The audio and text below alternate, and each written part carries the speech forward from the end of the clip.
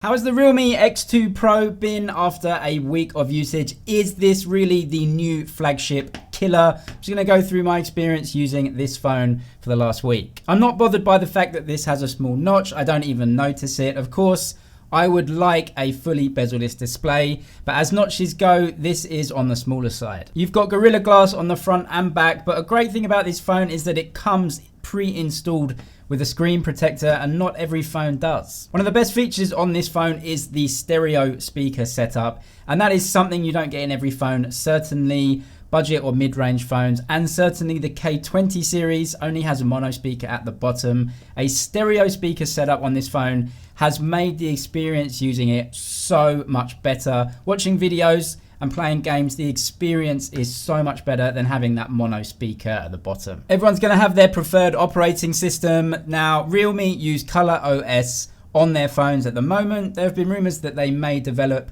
a Realme operating system to put on their phones in the future. I, for one, like Color OS. I think it's just very simple and there's not too much clutter to get in the way of things, but you're gonna have your own opinion on what operating system is best for you. In terms of performance, this thing is just powerful. It uses a Snapdragon 855 Plus, which means it is amongst the most powerful phones on the market. Even top-end gaming phones are using the same processor as this. The phone I'm using comes with 8 GB of RAM, and that means that this comes with UFS 3.0 storage, which should make things just a little bit quicker too, although it doesn't make too much of a difference. If you buy the cheapest version of this phone, the 6 GB version, that comes with UFS 2.1 because it's not supported with UFS 3.0. So just keep that in mind. The fingerprint sensor is very quick and effective, as you would just assume it to be these days, but the biggest usage positive that I found in this phone is the 50-watt fast charging. You get the brick in the box, which is big, but 50-watt charging is not something you get in the box in many phones. And for this price tag, having a 50-watt charger is a great thing. It is game-changing having charging this quick as standard from a charger you get in the box. It will literally charge right in front of your eyes. You can charge this thing for 5 minutes and get a good chunk of battery life. You can charge it for 15 minutes and basically be good for as long as you need it. The camera setup itself is really great to have at this price point. You get fully functional wide angle and 2x zoom cameras, plus that 64 megapixel camera. You also get a depth sensor to help with portraits. It's not as important as having the other three though. And with that 2x zoom camera, you also get a 5x hybrid zoom, which from the shots I took turned out pretty good. It's good that you get video on the ultra wide too, which I really like. This is the ultra wide camera, which you can record yourself on.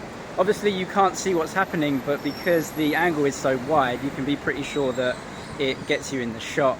It is a little bit awkward to film like this, but it's better than the front camera. Mainly because the front camera usually has much worse image stabilization, certainly than the ultra wide.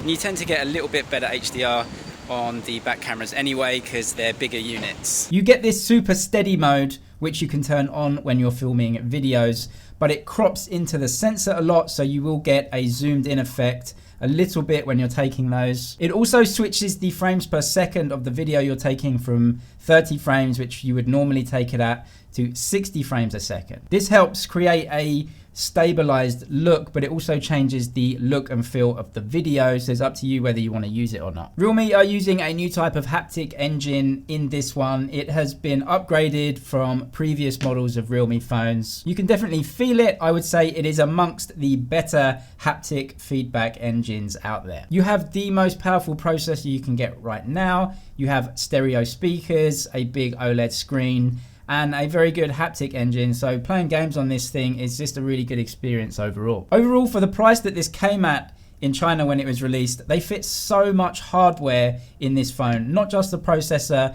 but all the peripheral hardware too. And at that price, I think overall it just makes it a really easy decision to go for it. Subscribe for more of the latest tech news and tech videos. Subscribe to my Twitter for more information too. That's it for now, but I'll see you in the next one.